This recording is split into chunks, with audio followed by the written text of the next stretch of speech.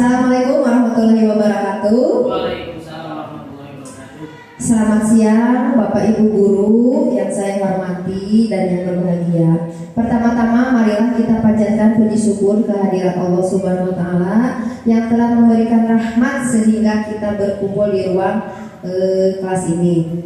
Nah, sebelum memasuki materi, mari kita saya akan mengajukan dulu pertanyaan kepada Bapak Ibu Guru ya di sini. Kita kan sebagai komunitas guru kelas. Mari kita saya akan mengajukan pertanyaan. Di sini saya akan membahas tentang materi budaya positif di sekolah. Nah, di sini saya akan menanyakan dulu kepada Bapak Ibu Guru, apa itu budaya positif yang ada di sekolah? Pengertiannya. Sebelum saya melanjutkan memaparkan materi tersebut. Coba dijawab. Ya. Budaya positif dan budaya yang dibiasakan di sekolah tersebut seperti salam, assalamualaikum kepada guru, itu seperti itu. Budaya yang dibiasakan oleh sekolah. Ya bagus seperti itu. Sedikit sudah terbuka ya. Nah, di sini sebelum memulai ke materi dan juga saya akan keyakinan materi ini, keyakinan kelas ini dulu ya. Jadi sebelum memaparkan materi di sini, coba kalian ya Bapak Ibu Guru, coba di sini keyakinan untuk mendengarkan saya bisa seperti apa? Keyakinan kelas yang bisa diterapkan di sini. Seperti boleh santai, boleh minum, boleh makan, seperti itu ya. Ya berarti kesepakatan kita santai. Terus boleh sambil minum, makan, ya seperti itu. tidur boleh. Boleh kalau tidur ya. Nah, di sini sebelum kita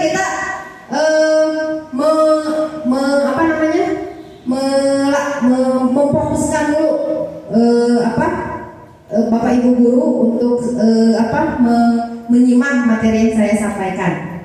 Coba kita lihat dulu di sini, kita konsentrasi dulu dengan cara begini. Misal saya bilang kalau monyet monyet itu kalau saya bilang monyet berarti bukan monyet bukan kalau saya bilang manusia ya berarti soal itu siap. Kita akan mengetes konsentrasi kalian. Monyet iya monyet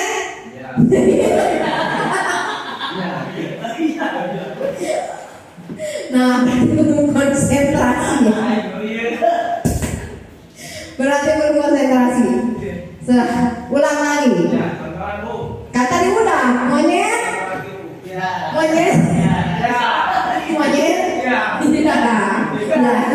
Manusia bukan. Siap. Manusia. Iya. Sudah ya. Alhamdulillah sekarang sudah pembukaannya. Mari kita lanjut lagi ke materi ya. Di sini akan saya memaparkan tentang budaya positif yang ada implementasi keyakinan kelas dalam menanamkan budaya positif di kelas dan sekolah. Tadi sudah ada yang menjawab Bapak itu budaya positif sudah tadi dijawab oleh Bapak Ridwan. Sekarang selanjutnya ya budaya positif. Nah, di sini ada latar belakang budaya positif tersebut. Sekolah seyoginya berusaha menciptakan iklim pendidikan yang mampu membiasakan setiap warga sekolah, khususnya peserta didik, melakukan budaya atau kebiasaan yang positif. Budaya yang mengakar kuat menjadi sebuah kebiasaan yang dilakukan secara terus-menerus dan sadar oleh setiap warga sekolah. Jadi untuk mewujudkan budaya positif tersebut, tentunya pihak-pihak yang terkait harus ikut campur ya dalam pembiasaan positif tersebut. Pembiasaan positif yang merupakan budaya positif akan menjadi budaya sekolah. Misalkan budaya positif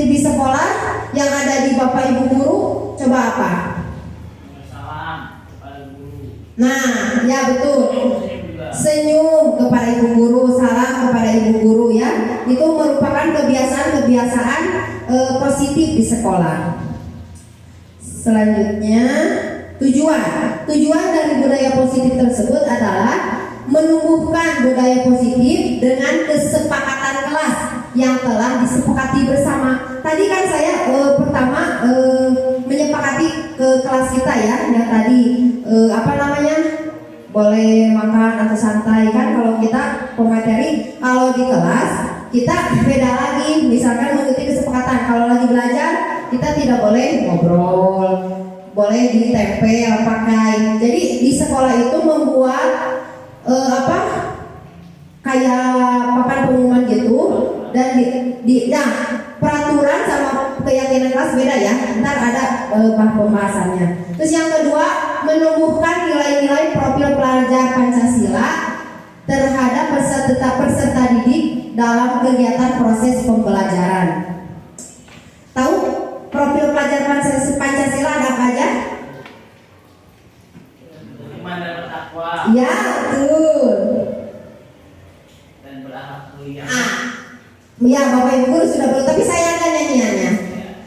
Pelajar Pancasila beriman dan bertakwa pada Tuhan yang esa dan berakhlak mulia, berkebinekaan global, gotong royong mandiri, kreatif dan bernalar kritis. Nah, kalau Bapak Ibu guru nggak mungkin kalau menghafalkan satu persatu, mendingan ke anak diterapkan dengan bernyanyi ya.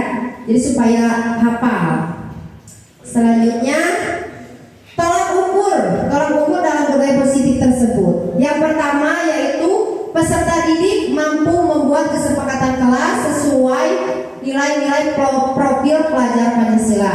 Terus yang kedua, peserta didik mampu menjalankan kesepakatan kelas yang telah dibuat dan mengaplikasikan nilai-nilai profil pelajar Pancasila dan terus menerus. Misalkan mengaplikasikan nilai-nilai pelajar Pancasila dengan selalu, misalkan setiap hari Jumat siswa melakukan sholat duha, itu berarti berketuhanan yang Maha Esa.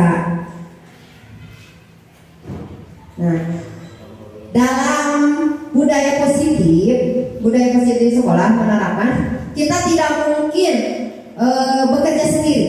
Nah, di sini harus ada dukungan yang dibutuhkan oleh sekolah ya. Misalkan satu, warga sekolah sebagai teladan bagi peserta didik dalam menumbuhkan budaya positif di lingkungan sekolah. Nah, di sini warga sekolah berarti siapa saja? Guru, murid, orang tua, yang di sekolah, warga sekolah ya. Jangan keliru kalau orang tua bukan, ada poinnya. Yang kedua itu sarana dan prasarana sekolah untuk menumbuhkan budaya positif di lingkungan sekolah. Misalkan sarana prasarananya apa? Meja, seperti apa, terus? Bor, ya itu betul, bor. Terus yang ketiga, di sini dukungannya orang tua untuk melakukan pembiasaan budaya positif di rumah. Jadi coba, kalau kan di sini Bapak Ibu guru kan punya anak kan? Sudah punya anak? Ada yang sudah, ada yang belum. Coba, saya ingin memberi contoh-contoh yang budaya positif yang diterapkan di rumah, coba. Ya? Kebiasaan di rumah salim atau sedekah kepada orang tua. Iya, betul. Terus sholat 5 waktu. Betul, ya betul. Oh iya, siap. Berarti kebiasaan kebiasaan yang baik budaya positif harus diterapkan di rumah maupun di sekolah ataupun di lingkungan masyarakat ya. Nah, selanjutnya di sini ada dari Ki Hajar Dewantara, yaitu Ingarso Suntulodo, yang artinya di depan harus menjadi panutan dan contoh ya. Kita harus sebagai guru, kita harus menjadi panutan bagi siswa. Kalau kita ke siswa misalkan, kalau menjadi panutan yang baik, siswa pun akan mencontoh kita. Terus yang kedua, Ing Madio Mangunkarso, di tengah maupun menggugah semangat siswa untuk bisa memberikan perbaikan di dalam pembelajaran. Terus yang ketiga, tuturi handayani, di belakang harus memberikan dorongan dan semangat. Nah, di sini ada disiplin positif dan nilai-nilai kebajikan universal. Jadi kita akan membahas disiplin positif dan nilai-nilai kebajikan universal. Coba siapa yang tahu budaya positif? Tadi udah dijawab. Nah, budaya positif di sini merupakan perwujudan dari nilai-nilai atau keyakinan universal yang diterapkan di sekolah yang diawali dengan perubahan paradigma tentang teori kontrol. Seperti itu ya. Nah, sampai sini stop dulu. Kita akan melatih konsentrasi lagi karena umur segini biasanya konsentrasi itu hanya 15 menit sudah konsentrasinya. Kalau lewat situ pasti buyar lagi. Coba kita akan konsentrasi dulu. Tahu tangan kanan kita pegang pistol, tangan kiri angka 2. Terus ini nih 1. Diulangi lah. Ayo.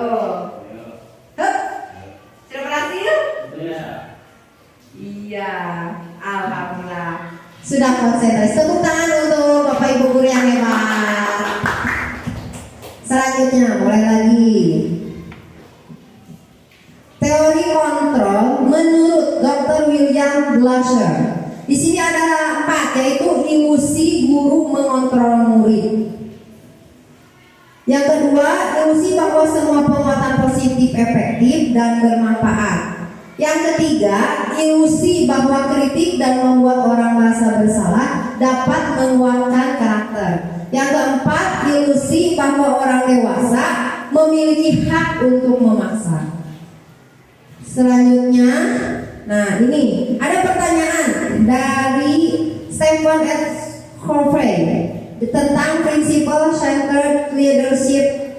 Bagaimana seseorang bisa merubah dari paradigma stimulus respon kepada pendekatan teori kontrol. Nah, jadi kata beliau, bila kita ingin membuat kemajuan perlahan, sedikit-sedikit, ubahlah sikap dan perilaku Anda.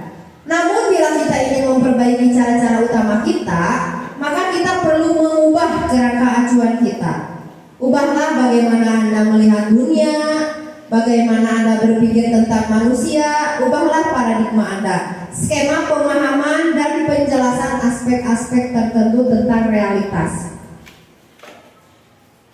Nah, ketika guru sudah mampu memahami kebutuhan dasar setiap siswa, langkah selanjutnya adalah menerapkan disiplin positif. Yang tadi disiplin positif, contohnya tadi apa di sekolah disiplin positif?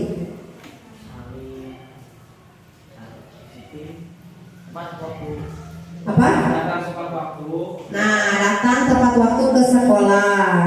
Terus selain itu, sopan santun kepada guru. Ya, bagus.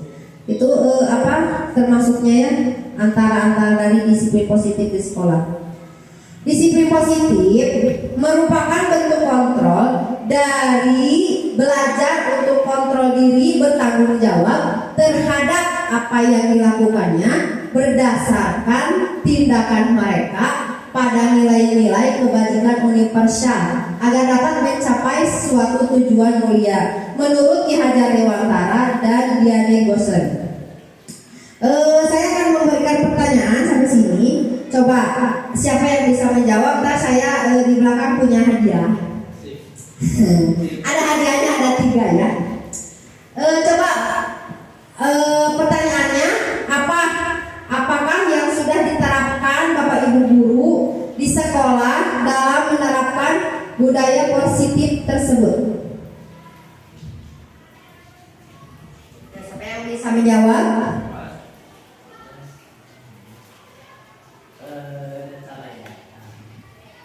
Piket masuk tidak?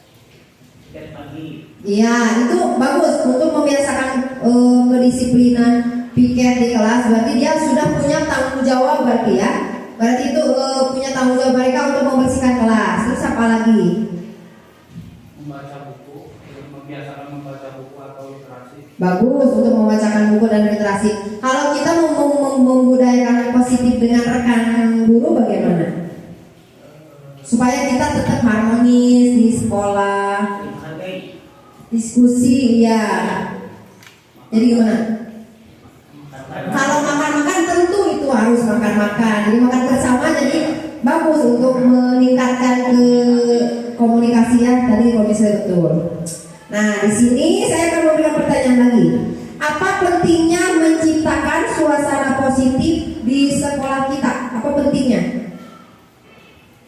Sangat pentingnya itu untuk melakukan kebiasaan. Jadi kita di sekolah itu kalau budaya positif itu diterapkan, tadi kan sesama guru sudah menjalin komunikasi udah nyaman, sama sama siswa sudah membiasakan. Jadi kita kalau berangkat ke sekolah itu nggak akan Korea ngecek paribasanana. Jadi gimana kita pentingnya? Menumbuhkan rasa lebih bersemangat lagi untuk di sekolah. Iya, lebih bersemangat. Terus kita lebih Masa keluarga. berkeluargaan. Jadi kita berjalin keluarga. Berarti kita nyaman di sekolah untuk berangkat seperti itu. Alhamdulillah, terima kasih kepada Bapak Ridwan, kepada Bapak Muklis, dan ini kepada Pak Denny dan Ibu Ani yang telah ini ya mendengarkan dan yang menjawab pertanyaan. Saya tepuk salut dulu untuk yang memberikan pertanyaan. Begini, salah. Tepuk salut begini. Tepuk salut. Salut. Salut. Ayo sama-sama tepuk salut. Salut. Alhamdulillah. Sekarang kita lanjut lagi ke materi ya. Nah, di sini tujuan penerapan dari disiplin positif. Di sini agar terbentuk murid-murid yang berkarakter, berdisiplin, santun, jujur, peduli, bertanggung jawab, dan merupakan pembelajar sepanjang hayat sesuai dengan standar kompetensi lulusan yang diharapkan. Jadi di sini di sekolah itu untuk menerapkan karakter yang baik ke siswa itu pembiasaan apa yang bisa diterapkan di sekolah. Kalau kalau tadi yang berdisiplin bisa datang ke sekolah tepat waktu, bisa membersihkan kelas, itu kan berdisiplin juga. Kalau untuk menanamkan karakter ke murid, Kepedulian siswa dapat ditanamkan di sekolah ya. Melalui berbagai cara, misalkan dengan menyebut dan mengumpulkan uang untuk teman yang sakit. Bagus. Berarti, nah kita tanamkan karakter itu kepada murid, ya harus ditanamkan. Karena sekarang karakter murid itu sangat lemah. Jadi kita harus terus berusaha menggali karakter yang ada di sekolah dan murid-murid kita ya. Kalau untuk kegiatan kejujuran anak, gimana? Bisa membiasakan apa untuk kejujuran kepada anak? Tugas, ya betul, tugas. Bisa mengajarkan kejujuran ya? Bisa mengajarkan tugas. Terus apa lagi?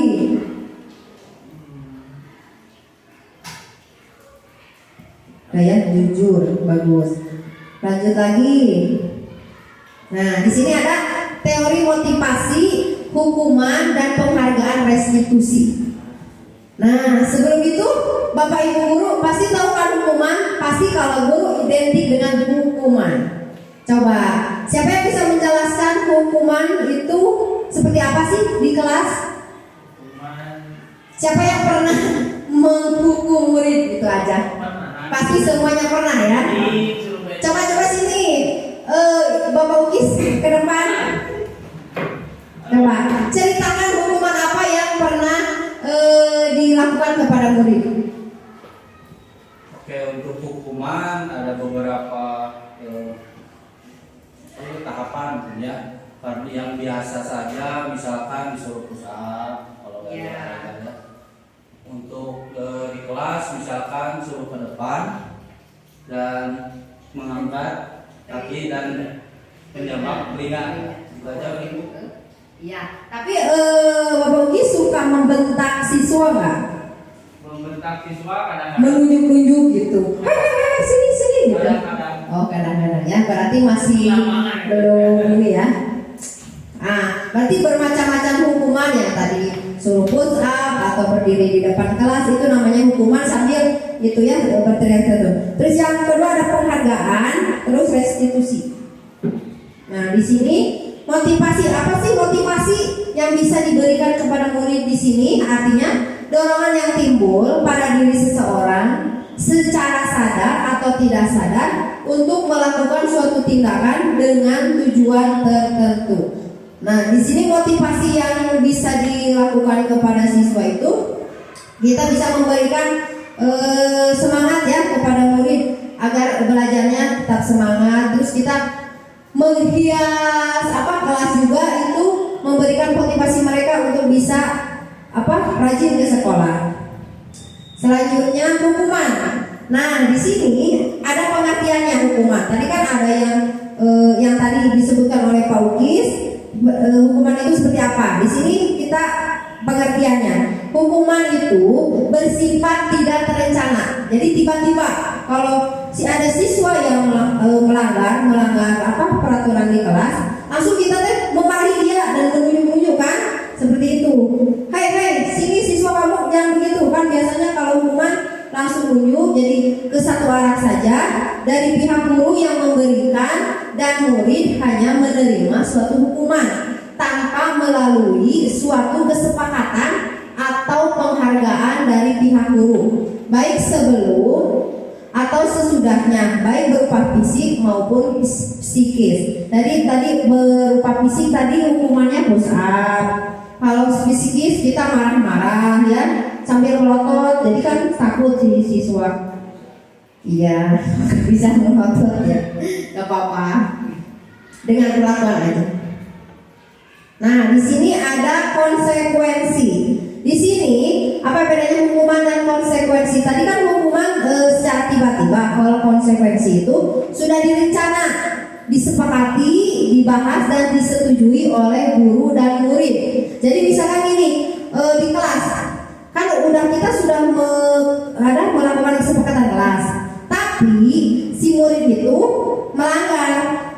Nah, sudah melanggar, jadi sudah ada rencana dan sama murid dan sama siswa sudah rencana. Misalkan siswa itu melanggar, jadi konsekuensinya kamu harus gini. Nah, itu namanya konsekuensi. Tapi beda sama tadi hukuman mah langsung aja tiba-tiba ya. Kalau konsekuensi beda seperti itu. Umumnya bentuk konsekuensi itu telah dibuat oleh guru dan murid sudah tahu sebelumnya konsekuensi apa yang akan diterima bila melanggarnya. Selanjutnya restitusi. Nah, di sini ada satu pendapat dari dosen. Restitusi adalah proses menciptakan kondisi bagi murid untuk memperbaiki kesalahan mereka sehingga bisa kembali pada kelompok mereka dengan karakter yang lebih kuat. Jadi di sini ada 3 langkah pada restitusi atau yang kita kenal dengan segitiga restitusi. Yaitu yang pertama menstabilkan identitas, yang kedua validasi tindakan yang salah, dan yang ketiga menanyakan keyakinan. Nah, di sini misalkan ada siswa yang bersalah, misalkan contoh siswa melempar sepatu kena ke si A. Nah, otomatis di sini kalau sebagai guru kita jangan langsung menunjuk, "Hei, kamu salah begini." Nah, kita akan melakukan ke siswa itu restitusi. Jadi yang tiga langkah tadi itu menstabilkan identitas. Jadi jangan sampai kita ke siswa tersebut jangan langsung hukum. Jadi kita kalau sudah mengenal restitusi, jadi kita harus menerapkan yang 3 ini seperti ini ya. Nah, di sini posisi kontrol menurut dosen. Yang pertama tadi penghukum. Nah, yang penghukum tadi siapa? Ada yang masih sekarang Bapak Ibu guru masih menerapkan penghukum kepada murid? Masih. Nah, di sini kalau penghukum itu menghardik, menunjuk-nunjuk, menyakiti dan menyindir. Jadi pasti kalau penghukum itu mata melotot, nada bicara tinggi, ya. Nah, terus yang kedua, pembuat orang merasa bersalah. Jadi gimana? Kalau guru sebagai pembuat orang merasa bersalah. Jadi gini, kalau guru sebagai pembuat orang merasa bersalah, ya juga menyalahkan, berceramah, menunjukkan kekecewaan yang mendalam. Misalkan, ibu, kamu jangan gitu. Kalau kamu melakukan itu, ibu akan dihukum oleh bapak kepala sekolah. Jadi si siswa merasa bersalah kan kalau seperti itu. Nah, terus yang ketiga, teman, guru sebagai teman. Jadi membuat alasan untuk murid-muridnya. Misalnya kalau menjadi teman, kalau kamu melakukan seperti itu, nanti bapak akan berikan nilai seperti ini. Jadi gitu ya. Terus yang keempat, pemantau, menghitung dan mengukur. Nah itu kalau menghitung dan mengukur tersebut, guru akan mengukur bahwa si siswa tersebut salahnya di mana gitu. Terus yang kelima, manajer mengajukan pertanyaan. Jadi sebelum kita menghargai siswa, kita mengajukan pertanyaan dulu. Kenapa sih nak kamu melakukan seperti itu? Jadi gitu dengan nada bicara yang rendah, ya. Kamu kenapa melakukan itu? Semua orang pun pasti melakukan seperti itu, seperti itu. Jadi melakukan pertanyaan-pertanyaan. Nah, dengan melakukan budaya positif tersebut akan menumbuhkan budaya intrinsik dari diri anak untuk menjadi pribadi yang bertanggung jawab dan berbudi pekerti luhur serta akhlak mulia. Dan yang pasti budaya positif akan menumbuhkan karakter bagi siswa maupun warga sekolah. Nah, di sini jadi Bapak Ibu guru untuk menanamkan budaya positif, kita harus melakukan langkah-langkah yang bisa membiasakan siswa berbuat disiplin positif tadi ya. Nah, di sini ada yang mengajukan pertanyaan sebelum saya tutup. Selain Ya, Pak. Tadi apalagi budaya positif yang ya contohnya Selain budaya positif, selain salam, terus ya kewajiban yang biasa mereka lakukan, mengerjakan PR, melakukan bersih-bersih, itu kan kayaknya sudah biasa. Ya. Itu apalagi? nah kalau di sekolah saya yang saya terapkan untuk menanamkan budaya positif tersebut, kita menerapkan 5S itu, salam, sapa, senyum, sopan dan santun. Nah itu saya terapkan. Jadi ketika ada guru yang lewat, jadi kita biasakan seperti itu. Terus yang kedua, untuk kita menanamkan budaya positif, kita dari kelas bawah, misalkan dari kelas 1, siswa kelas 1 itu dibiasakan budaya mengantri. Karena kalau dilihat dari sekolah-sekolah yang lain, siswa itu pasti kalau melakukan masuk kelas pasti serobot. Jadi gitu yang saya tanamkan dari kelas 1 seperti itu.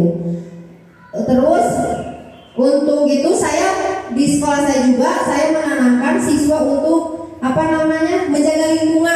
menjaga lingkungan untuk setiap hari saya ke siswa saya akan memungut sampah minimal 5 dari lingkungan sekolah seperti itu. Ya, cukup jelas. Jadi Bapak Ibu bisa menerapkannya di sekolah masing-masing ya. Sudah sampai sini alhamdulillah materi budaya positif telah selesai. Dan di sini Bapak Ibu guru terima kasih sudah hadir pada kesempatan yang hari ini ya. Alhamdulillah hari ini telah mendengarkan materi yang saya sampaikan. Selanjutnya,